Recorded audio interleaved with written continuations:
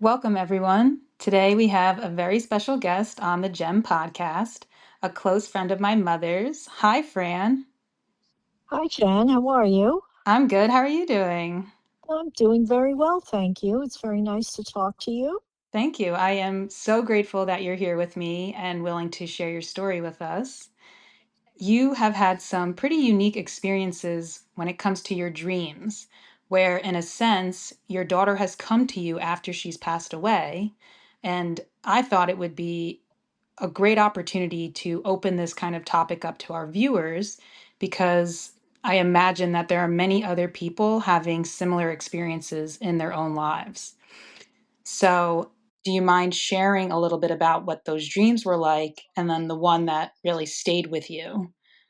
Yes, I don't mind at all. I have had dreams of Dana since she passed away, but mostly all of my dreams of her, she was young in the sense that she was a younger woman.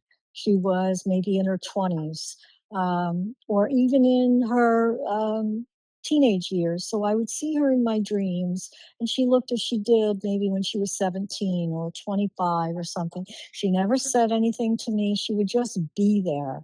So it was, she was there, but she wasn't quite there. And, dreams, they're scattered. So one minute we could be in a car going somewhere, and the next minute we're in a house and there's other people there and there are things going on in the dream, and she's Mm, just there, never said anything, and always looked like her younger self. But this past Mother's Day, in 2025, I had the most vivid dream that I've ever had of her since she passed away.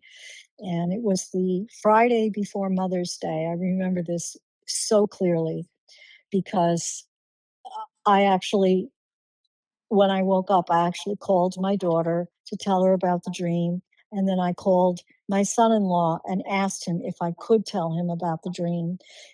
That's how much it impacted me. mm, So I had dreamt that Dana came to me and she looked exactly as she did the last time I saw her, which was about a month or so before she took her life. She looked she looked her, 43 years. Her hair was the way it was, her clothing was the way it was. And she came to me and she said, "I'm in between two worlds because of what I did, but I'm not unhappy." And that's all she would say. And she looked happy, and she was kind of like, she she looked real, very real. I could hear her voice, and she kept saying that phrase to me. "I'm in between two worlds because of what I did, but I'm not unhappy." And in some sense, there was like an earthly presence about her. Like when she moved, mm. her feet weren't quite touching the ground, Wow. but yet she looked human. She didn't look like a transparent ghost or anything like, supernatural. She looked as she did, but yet she wasn't as she was, Yeah, if that makes any sense. it does. And and the dream being, um, crazy, in a sense that dreams don't always make sense. She kept on saying that to me, and basically that was pretty much all she said. The next thing I wasn't, when she first appeared, I can't really say where we were. She was like in a room, and I kind of remember some kind of, like, it looked like a bedroom, not her bedroom. It looked like a bedroom of some sort. And the next thing I knew, we were in a store, kind of like a Kohl's or a J.C. Penney or something like that. And again, I'm walking down aisles in the store, and I don't know what I'm looking for. I'm just walking, and she's walking with me, but sort of above me because her feet again weren't touching the ground, and she was like at a faster speed than me, but there. And she was smiling and again saying the same phrase over and over again about being in between two worlds but not being unhappy. And then all of a sudden She says, in my dream, we come to like where there's a cash register, and there were these two young girls there. I don't know who they were. They were just two teenage girls there. And above them was a shelf, and it was a little bit high up, and there were two like decorative plates on the shelf. And now this is alluding what Dana says next in my dream, which is, alludes to her personality of having a very dry sense of humor and sometimes being a bit of a jokester. She said to me, I'm going to flip those plates and I'm going to let them crash to the floor, and these two girls are going to jump out of their skin. It's going to startle them. And she takes her fingers and kind of makes like, if you hold your middle finger and your thumb together and then you flick Hmm. outwardly, she does that, and then the plates tip over and the girls jump. And then basically, like, she's kind of laughing and I'm all startled and, looking like a funny look on my face. And then again, basically all she said was, I'm in between two worlds because of what I did, but I'm not unhappy. And then I woke up.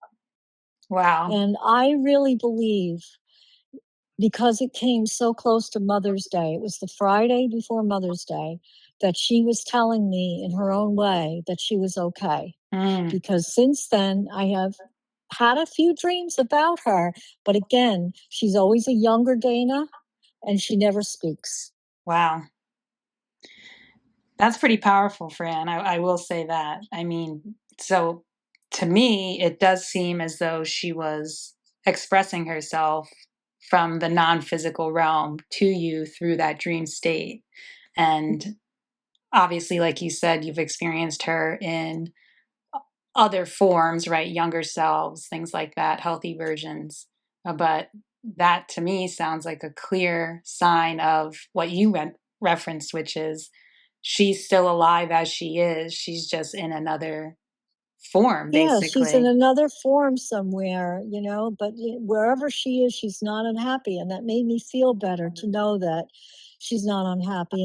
And the fact that she kept saying, I'm in between two worlds because of what I did. She committed suicide. And Hmm. it was in a very tragic way. Um, it was, I mean, I think anyone that commits suicide is it's horrific to take your own life. Yeah. She did hers. She had a fascination with trains, and she um, took her car and waited for a train and went through the railroad Oh, wow. crossing, and the train hit her. So I know she was speaking to me, or I really believe that she was speaking to me by saying, because of what I did, the fact that she committed suicide and the way that she chose to take her life. Mm. And And potentially and it was before her time. and before her time. Yeah, she was 43 years old. She still had a lot of life to live, and we all wanted her to be here. And but I think she just never saw herself as really belonging to this world, and she Yeah. often said that. And I, And I maybe she was the soul that wasn't meant to be here. I don't know all the answers, but it makes me feel better to know that wherever she is, she's not unhappy. yeah, were those And I think, questions being asked like after she did pass? Were you kind of expressing out loud, like, why would you do this? Or questioning, and maybe saying, like, I'm not really sure if she is happy. And because I'm trying to yeah, think, yes, we have many times. Was what when someone does that, it's like, did they wake up that morning? There's not a closure hmm. in some regards. A couple of days before, she took my granddaughter to ride horses, which was something they both did. Dana Mm, was loved to horseback ride when she was a young girl, and she took lessons, and she was very good at it. And my granddaughter started riding when she was about 3 years old, and it was something they shared together. Well, the 2 days before she took her life, she took my granddaughter to ride on Clydesdale horses. Actually, they both did. And, we as a family all wondered, did she know that day that what she was going to do? Or was it just, did she wake up that Saturday morning and decide just what was running through her head at the moment, like when she left her house?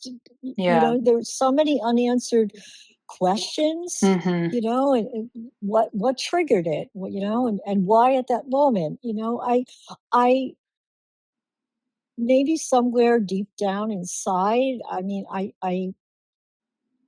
uh, didn't always know if she was going to live to be an old woman, only because of her mental illness and the fact that she would express her feeling about sometimes not wanting to live and not wanting to be in this world Mm-hmm. and not being meant to be here. But I had hoped that if it ever had happened, it would be when her children were grown up, at least old enough to have families of their own and be able to cope with it Yeah. better. Yeah. Not that, if you understand what I'm saying, it's not easy to cope with at any age, but an 11-year-old and a Right. 19-year-old, it's not an easy thing. And it, yeah, there are a lot of unanswered questions, and we miss her, and we talk about her often, Yeah. and a lot of times about the good times and the funny things. Mm-hmm. She had a funny sense of humor, and the plate flipping thing was so Yeah. indicative of Dana. I It was love just that. so Dana. Like I could, it would definitely be Dana would do that as a spirit, Yeah. in another realm. It's almost like confirmation, right? Like you can say, Yeah, oh, this is my yeah. daughter, but that's even further, proof for you personally to know. Yeah, exactly. Yeah. And Now that you've said it that way, that is. It's like proving, yeah, I am here, and yeah, I'm going to flip these plates and make these two girls jump because yeah, that's my sense of humor, and that's who I was I in love life. that. And just because our physical bodies, are no longer doesn't necessarily mean that the personality has gone with it. So, and obviously, for whoever's listening, and for you, Fran, as well, everyone has different perspectives on what happens after death. But I Hmm. do believe strongly that our souls stay on, and everything that you're expressing here just seems like she is around you, she's talking with you.